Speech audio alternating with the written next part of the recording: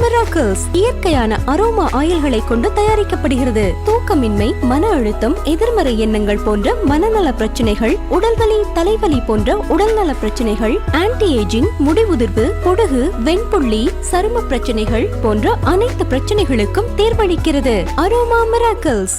அரசியலுக்கு வருகிற எல்லாருமே ஏதோ ஒரு கணக்கோடு ஏதோ ஒரு பதவியை எதிர்பார்த்து தான் வர்றாங்க. அதுக்கு பாலாஜியும் விதிவிலக்கு இல்லை. விஜயிடம் இருந்து எனக்கு ஒரு அழைப்பு வரும், அந்த அழைப்புக்கு அப்புறம் நான் ரொம்ப வேகமா ஓடுவேன் அப்படிலாம் சொல்லியிருக்காரு. அழைப்பு வரலன்னா ஓடவே மாட்டாரா? இப்போதைக்கு நடக்கிற இந்த விஷயங்களை எல்லாம் வச்சு பார்க்கும்போது தமிழக வெற்றி கழகம் அதிமுக கூட்டணி வருவதற்கு வாய்ப்புகள் உண்டு. ஜெயிக்காம அடுத்த 5 வருஷத்தை ஓட்டுறது பெஸ்டா, அல்லது ஒரு துணை முதலமைச்சராகி அடுத்த 5 வருஷத்தை கடக்கிறது பெஸ்டான்னு அவர் யோசிச்சிருப்பாரு. அந்த அடிப்படையில் அதிமுக கூட்டணி போகலாம் அப்படின்னு ஒரு முடிவு எடுத்திருக்கலாம். இந்த கட்சிக்கு இவ்வளவு வாக்குகள் இருப்பதற்கு அடிப்படை காரணமே அந்த சின்னம் தான். ஸோ அதையே இவங்க கை வச்சிருவாங்க அல்லது கை வச்சிடுவோம் அப்படின்னு ஒரு நெருக்குதல் கொடுக்கும்போது நிச்சயமாக எடப்பாடி தன்னுடைய எண்ணத்தை மாற்றி கொண்டு பாஜகவோட போவதற்கு வாய்ப்பு இருக்கு. விஜய் இவங்களுக்கு ஒரு பெரிய நெருடலா தான் இருக்காரு. அதே நேரம் அதை வெளிப்படையா இவங்களால அட்மிட் பண்ண முடியல. ஏன்னா நேற்று கட்சி ஆரம்பிச்சவரும் நமக்கு எதிரியா, விஜயாலாம் எங்களுக்கு ஒரு பொருட்டே இல்லை அப்படிங்கிற மாதிரி அப்படி ஜஸ்ட் லைக் தட்னு இவங்க கடந்து போறாங்க. கடந்து போகல, கடந்து போற மாதிரி நடிக்கிறாங்க.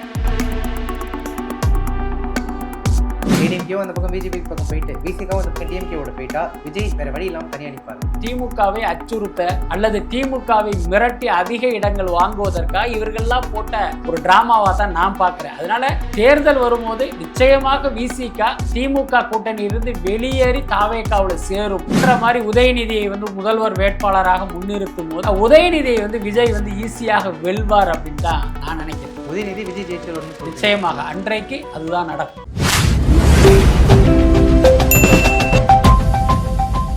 தாடி பாலாஜி வீடியோ பார்த்துருப்பீங்கன்னு நினைக்கிறேன். ரீசெண்டாக நிறைய விமர்சனங்கள் போயிட்டு இருந்துச்சு. பச்சை குத்துனாங்க, ஆனால் பதவி கொடுக்கல. அதை அவர் மீமா தன்னுடைய ஸ்டேட்டஸ்லாம் வச்சு ஷேர் பண்ணாருன்னு.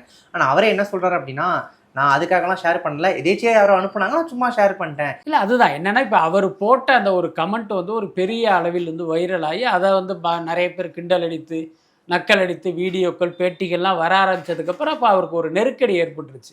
ஏன்னா நீங்கள் ஏன் இப்படி ஒரு கமெண்ட் அடிச்சிங்க அப்படின்னா அங்கேருந்து கேட்டாங்கன்னா இப்போ அவர்கிட்ட பதிலே கிடையாது. ஸோ அதனால தன் தரப்பு நியாயமாக தனக்கு இந்த சம்பவங்கள்லாம் நடந்து கிட்டத்தட்ட ஒரு வாரம் ஆகிடுச்சு. இப்போ தான் அவர் பார்த்தீங்கன்னா அதுக்கான ஒரு பதிலே அவர் போட்டிருக்காரு. என்னென்னா இப்போ தலைமையிலே நம்மளை கூப்பிட்டு ஏதாவது கேட்டக்கூடாதே அப்படிங்கிறதுனால இப்படி ஒரு பதிலை போட்டிருக்காரு. இன்னொன்று, அரசியலுக்கு வருகிற எல்லாருமே ஏதோ ஒரு கணக்கோடு ஏதோ ஒரு பதவியை எதிர்பார்த்து தான் வர்றாங்க. அதுக்கு பாலாஜியும் விதிவிலக்கு இல்லை.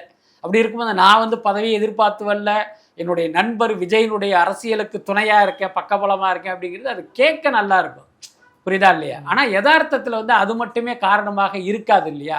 அதுக்கடுத்து அவரே என்ன சொல்கிறேன், சீக்கிரமே விஜயிடம் இருந்து எனக்கு ஒரு அழைப்பு வரும், அந்த அழைப்புக்கு அப்புறம் நான் ரொம்ப வேகமாக ஓடுவேன் அப்படிலாம் சொல்லியிருக்காரு. அழைப்பு வரலைன்னா ஓடவே மாட்டாரா அப்படின்னு ஒரு கேள்வி இருக்குல்ல. அதனால் அது அவருடைய தரப்பு ஒரு சமாதானமாக சமாளிஃபிகேஷனாக வேணால் நம்ம எடுத்துக்கலாம். மூத்த பத்திரிகையாளர் ஐயநாதன் ஆரம்பத்தில் டிவிகேவோட ஆதரவாளராக காமிச்சிக்கிட்டாரு. இப்போ ரீசெண்டாக அதை பற்றி நிறைய எதிர்மறையான விமர்சனங்கள் எடுத்து வைக்கிறாரு. கட்சிக்குள்ளே போய் பார்க்கும்போது அங்கே இருக்கிற குழுலேருந்து அமைப்புலேருந்து எதுவுமே சரியில்லை, விஜயை மட்டுமே ஃபேஸாக வச்சு பிராண்ட் பண்ணிட்டு இருக்காங்க, அது எந்த அளவுக்கு மற்ற வேட்பாளர்களுடைய வெற்றிக்கு உதவும் தெரியல அப்படின்ற மாதிரி.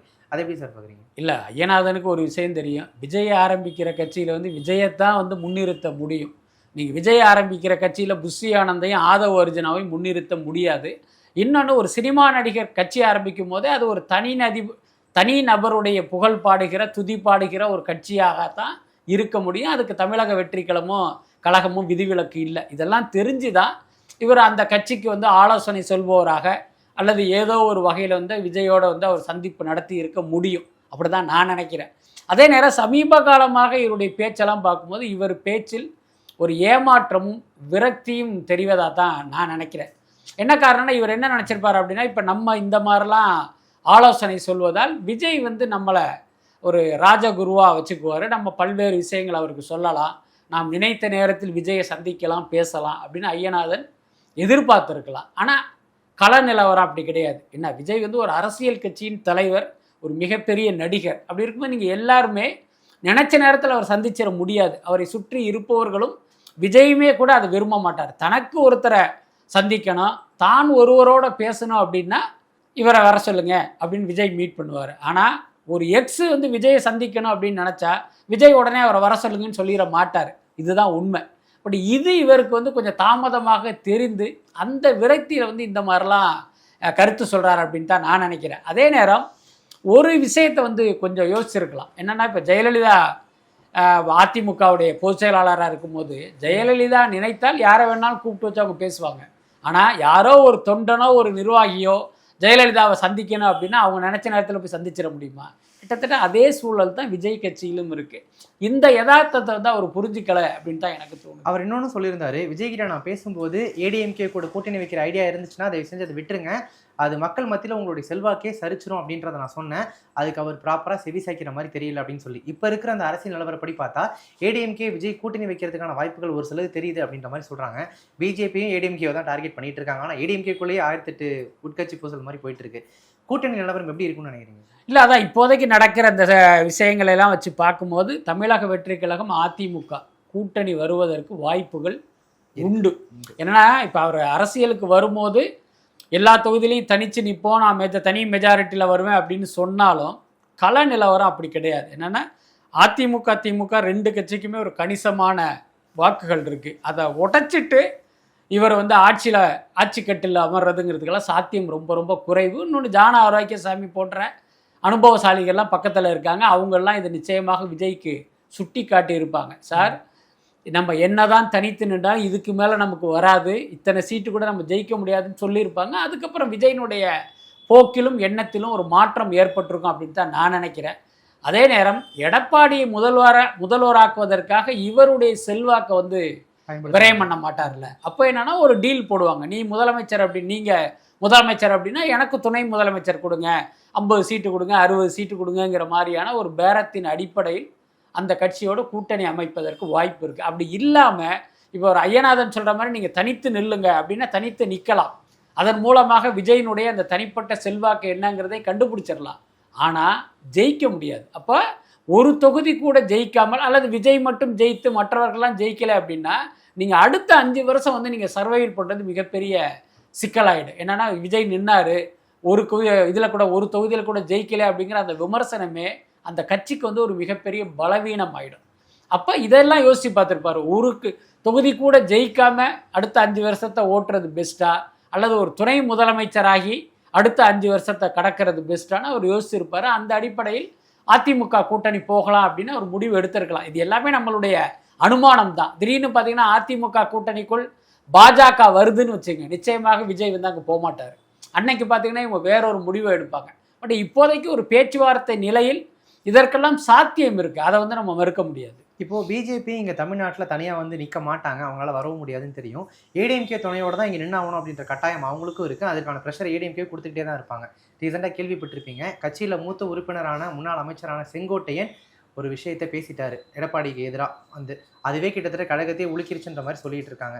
ஸோ பிஜேபி கண்டிப்பாக ஏடிஎம்கேவை டார்கெட் பண்ணுவாங்க. ஏடிஎம்கே செவிசாய்க்காத பட்சத்தில் வேற யாரையோ வச்சாவது ஏடிஎம்கேவை எடுத்துருவாங்க, ஏடிஎம்கேவை அவங்க ஃப்ரீயாக விட மாட்டாங்க. இந்த பக்கம் விஜய்க்கும் நீங்கள் இந்த மாதிரி சொல்கிறீங்க. ஸோ ஏடிஎம்கே நீங்கள் இப்போ டிவிகே கூட கூட்டணி வைக்க வாய்ப்புகள் அதிகம் அப்படின்னா பிஜேபியோட நிலைப்பாடு எப்படி இருக்குன்னு? இல்லை, பிஜேபி பொறுத்த வரைக்கும் தமிழ்நாட்டில் வந்து அவங்க ஒரு செல்லா காசு, அதுதான் உண்மை. ஸோ அப்போ இந்த தேர்தலில் யார் முதுகிலாவது நம்ம சவாரி பண்ணணும் அப்படிங்கிறது தான் அவர்களுக்கு இருக்கிற நெருக்கடி.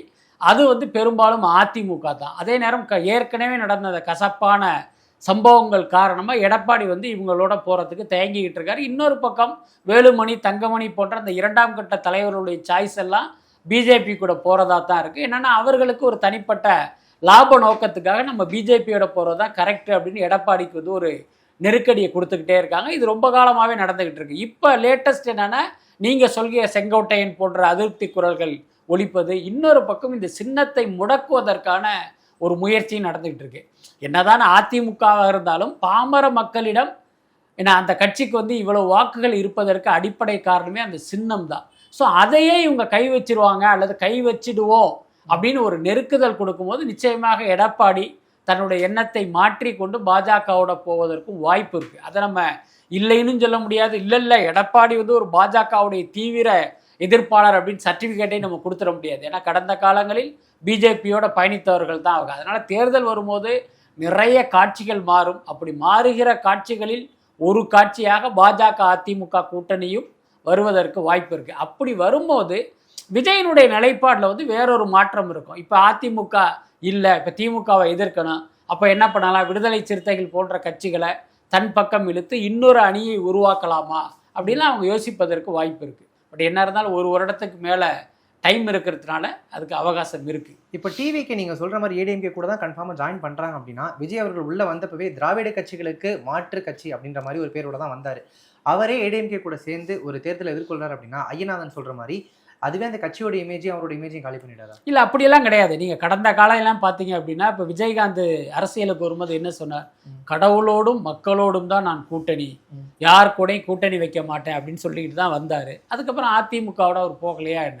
அதனால் மக்களுக்கும் தெரியும் இவங்க இப்படியெல்லாம் சொல்லுவாங்க, இப்படி சொல்லதுனால இவங்களுக்கு வந்து எந்த நன்மையும் நடக்காது, ஒரு கட்டத்தில் இந்த வழக்கமான அரசியல்வாதியாக அவங்க மாறிடுவாங்கங்கிறது மக்களுக்கும் தெரியும். இன்னும் சொல்லப்போனால் ஊடகங்கள் இது குறித்து 2 நாள் பேசுவாங்க, 3 நாள் பேசுவாங்க, அடுத்த நாள் பார்த்திங்கன்னா வேறொரு விஷயத்தில் அவங்களுடைய கவனம் போயிடும். அதனால் இதெல்லாம் ஒரு பெரிய பலவீனமாக இருக்காது அப்படின்னு தான் நான் நினைக்கிறேன். ஸோ இந்த மாநாட்டிலேருந்தே வந்து டிஎம்கேவை மறைமுகம் விமர்சனம் பண்ணிகிட்டே தான் இருக்கார் விஜய். ஆனால் டிஎம்கே சைடில் விஜய் பற்றி பேச்சு எடுத்தாலே கிட்டத்தட்ட மடுப்பிடுறாங்க, நழுவிடுறாங்கன்னு சொல்லலாம். துரைமுருகன்ட்டு கேட்டதுக்கு ஐயோ எனக்கு அதெல்லாம் ஒன்றும் தெரியாதுன்றாரு.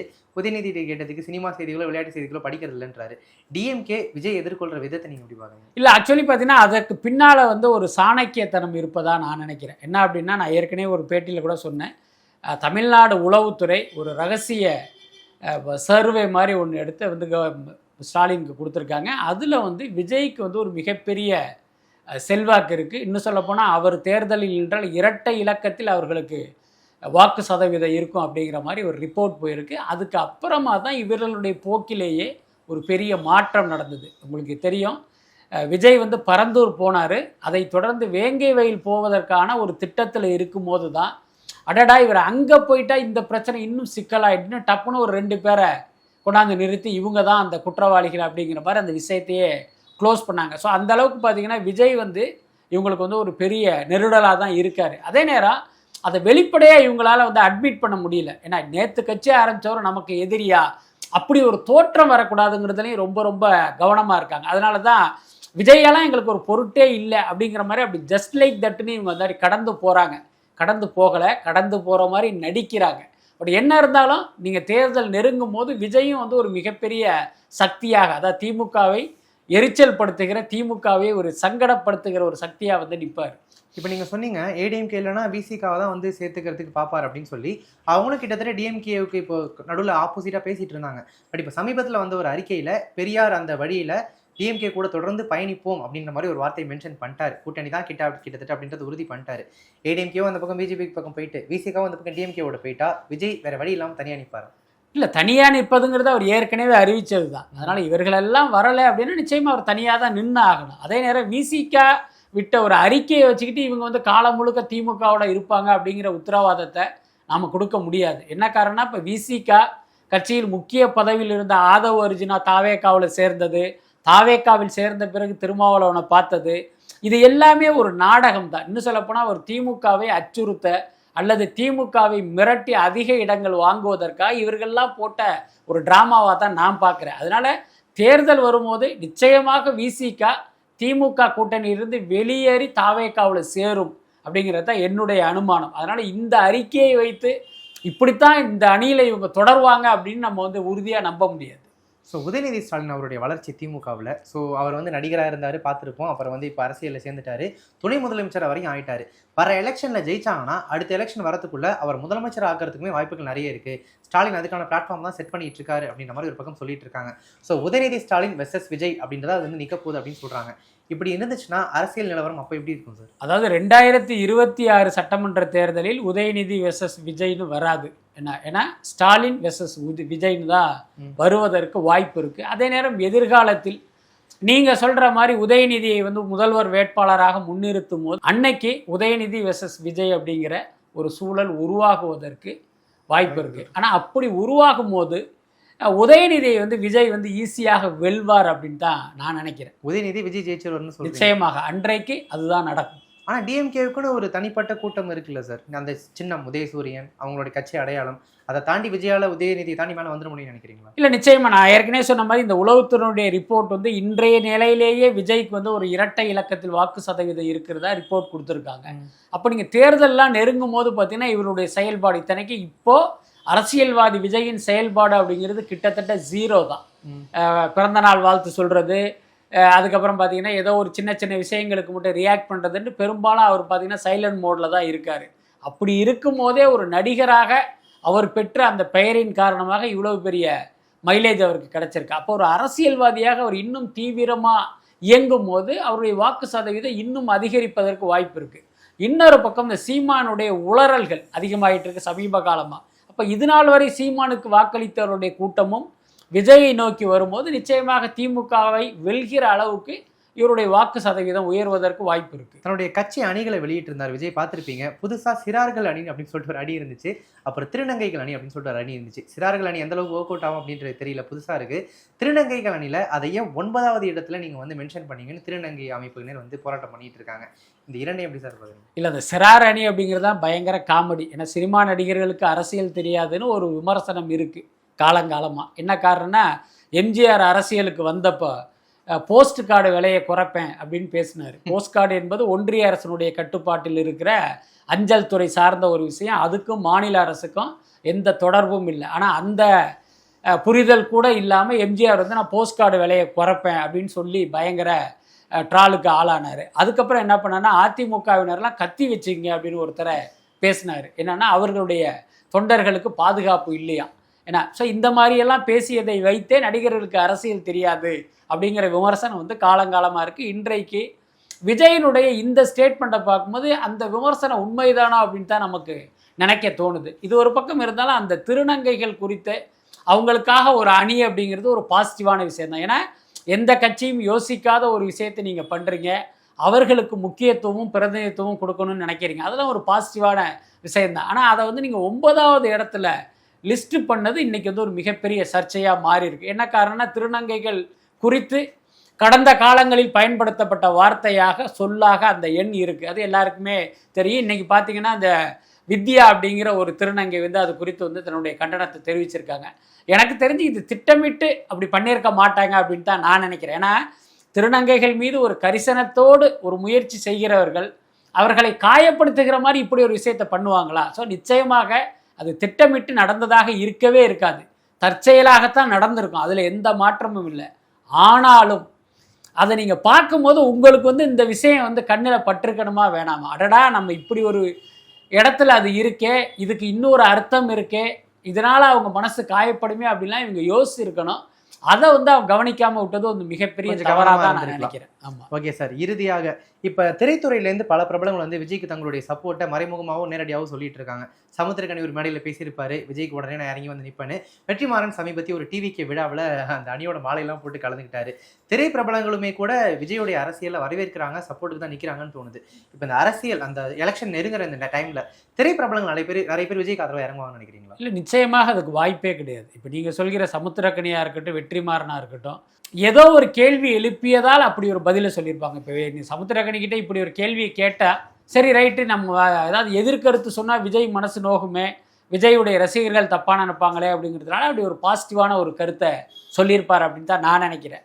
அதே மாதிரி வெற்றிமாறன் கூட பார்த்தீங்கன்னா அவருடைய ஏதோ ஒரு நண்பருக்காக அந்த இடத்துக்கு அவர் சென்று அந்த தாவேக்காவுடைய மாலை மரியாதைகளை ஏற்றுக்கொண்டிருப்பார் அப்படின்னு தான் நான் நினைக்கிறேன். மற்றபடி அவர் வந்து ஒரு விஜய் அரசியலுக்கு ஆதரவாக அவருக்கு பக்கபலமாக நிற்பாரா அப்படின்னா அதுக்கான வாய்ப்பு இல்லை. எல்லாத்துக்கும் மேலே திரையுலகை சேர்ந்தவர்களுடைய குணம் என்ன அப்படின்னா, எல்லா காலத்திலும் இவர்கள் ஆளுங்கட்சியின் அடிமையாகவே இருந்து பழக்கப்பட்டவர்கள் தான். இன்னும் சொல்லப்போனால் ஆளுங்கட்சி சொன்னதுக்கும் ஆமாம், சொல்ல போகிறதுக்கும் ஆமாம் அப்படிங்கிறது தான் திரையுலகில் உள்ளவர்களுடைய குணம். அப்படி இருக்கும்போது திமுகவை பகைத்து கொண்டு நீங்கள் தாவேக்கா சார்பா நான் நிற்பேன் அப்படின்னு வந்து யாருமே சொல்ல மாட்டாங்க அப்படின்னு தான் நான் நினைக்கிறேன்.